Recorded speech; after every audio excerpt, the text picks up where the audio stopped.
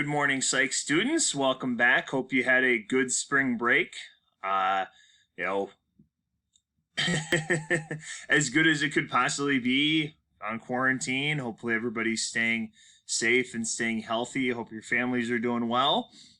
So, what we're going to be doing, what we're going to start with is emotional theories. So, the theme of the unit, motivation and emotion. Before spring break, spent quite a bit of time talking about motivational theories, instinct theory, arousal theory, things like that. It's kind of the first half of the unit. So hopefully you still have those notes because you should get those out because the second half of the unit, it's really not half of a unit. It's basically 5 or 6 concepts we'll be talking about this week that you're going to be quizzed on next week. So, looking ahead, we got emotional theories today, Paul Ekman's theories tomorrow, a little bit of review on Wednesday and Thursday, and then Kahoot next week. I'll make a Kahoot for this, and then we'll have a quiz on motivation and emotions. So, it'll be open note and everything. So you should get your notes out. We're going to be talking about emotional theories today. So with emotional theories, we're talking about the origin of emotions. And it's interesting because the first one kind of flies in the face of common sense. Think about any sort of scary monster movie you've seen, or a villain like a Michael Myers or a Freddy Krueger, things like that. Normally, when we think about that, we see the villain and think to ourselves, oh my gosh, I'm going to die. So you get scared. And because you get scared, your heart starts racing. That's kind of what common sense says about emotional response. Okay, that we change emotionally and then we change physiologically. The first theory actually says it's the opposite. The first theory that we're going to be talking about, and it's in your notes, called the James Lange theory. According to the James Lange theory, it actually works in reverse. So, according to the James Lange theory, you have the physiological response first. So, physiological response first, then the emotion. Okay, so according to them, you see, I don't know, more recent horror movie, The Nun.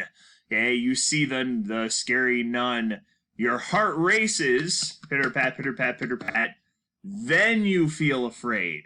Okay, so it's physiology first, emotion second. And for real life examples of this, if you've ever been in an emergency type situation, oftentimes the easiest example to think of is maybe almost being in a car accident. Hopefully none of you have ever been in one. But in that type of example, your physiology changes first. You feel the adrenaline rush. Okay, your heart races because you're trying to avoid getting in a car accident. And then after the car accident, or after the almost car accident, hopefully, that's when the emotions hit. So physiologically, you have to have that fight or flight response kind of activated by the sympathetic nervous system, going back to the Psych in the Mind class. Then you feel afraid after that. So physiology first, emotion second. That's the James Lange theory. And James Lange is not one person, okay? It's William James and Carl Lange. So James Lange theory, physiology first, emotion second. The second theory, and looking ahead to the quiz next week, very important that you're able to differentiate between the three of these. And the second one is called the Cannon-Bard theory. Okay, and the key word to go with the Cannon-Bard theory is simultaneous.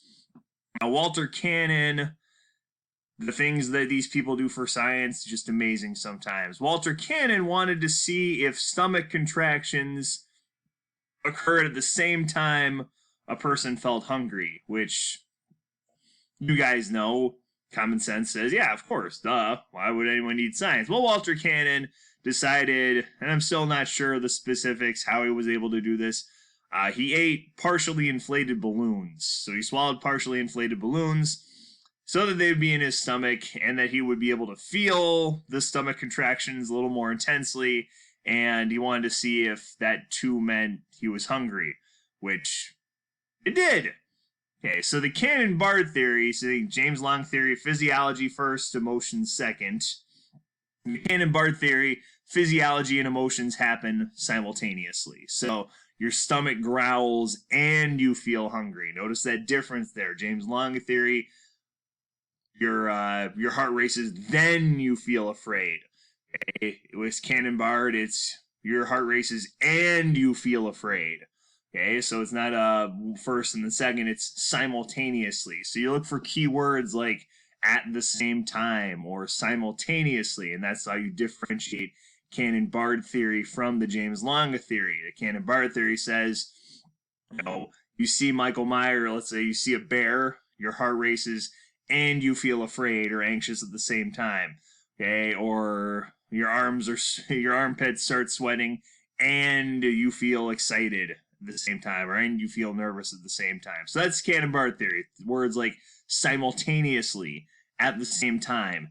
That's how we differentiate.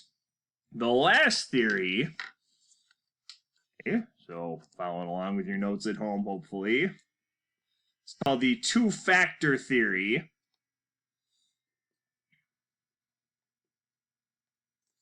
Okay, so we're moving on to the two-factor theory. It's, I can't remember. Stanley Schachter. So I always talk about the AP kids because sometimes on the AP test it's phrased as the Schachter theory. Well, Schachter rhymes with factor, two-factor Schachter. And according to the two-factor theory, it's a good one and probably the most popular one among people who study emotion right now is because the two factors are physiology and cognition. So physiology plus cognition equals emotion. Okay, those are your two factors. Physiology, so your physiological changes, what is your body doing? Cognition, where you think about what your body's doing, and that equals emotion. For example, the one I always use in class is roller coasters, because some of you probably love roller coasters, and it's a really fun, exciting time. Some of you might hate roller coasters, okay, and you feel like you're going to die. Well, two-factor theory kind of helps explain our different emotional responses. So you imagine you're going up Goliath, the roller coaster in Great America with the biggest drop, and click, click, click, click, click, click, click, click, click, click. It's going up and up and up, and you getting ready for that giant drop.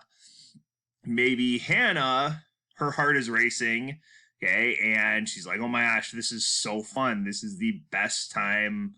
This is a beautiful July day. This is phenomenal. I love it so much. Okay. Her heart is racing, and she reads that cognition as excitement. That's her interpretation. On the other hand, let's say Sophia's sitting next to Hannah. Click, click, click, click, click. Her heart is racing, so it's the same physiological response, but in her emotional stage, it's like, oh my gosh, I'm going to die. This is the most terrifying thing in the history of the universe. So one person reads their heart racing as excitement, joy even. The other person reads their heart racing as terror, as fear. Okay, so it's the same physiological response, but totally different emotional responses. That's what two-factor theory explains, because cognition plays a role, because how you interpret your physiological responses helps determine what your emotional response is going to be. Okay, same thing with horror movies. Maybe some of you really like horror. Maybe Isabel loves horror movies, okay, and she, her heart is racing and her knees are weak, arms are heavy, okay, all the Eminem lyrics from Lose Yourself. And, she interprets that as excitement. This is great. This is joy. Okay, other people might interpret that as fear again. Heart is racing.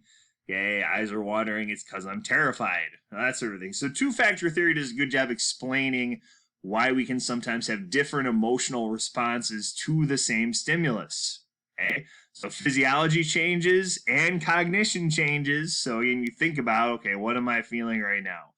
Okay, and that explains why different emotions happen to different people, even if it's the same stimulus. Think about again, one more example, haunted houses. Okay, you have people who the evil clown jumps out and they scream and they cry, and other people they laugh. Okay, and laughter response. Why do they have such different emotional responses? Well, could be two-factor theory, physiology plus cognition equals emotion. So just to wrap up, and this is all we got today, just these three key emotional theories. You have James Lange theory, physiology comes first. Okay, so your heart races, then the emotion comes second. Heart races and you feel excited. Or then you feel excited. So think that then word in there hopefully helps trigger James Lange theory response. Ken and Bart, heart races and you feel afraid. Okay, or and you feel excited. So physiology and emotions happen simultaneously. And then finally, the two-factor theory, you got physiological change, okay, plus cognition, thinking about it, that equals emotion. So physiology plus cognition, those are your two factors, equal emotion. Physiology changes, how we cognitively label it, then we have an emotional response to that. Okay, so that's it for today. As usual, email me any questions you have about it tomorrow. We're going to talk about Paul Ekman's theory that all our emotions are universal. Have a great Monday, and we'll see you tomorrow. Bye.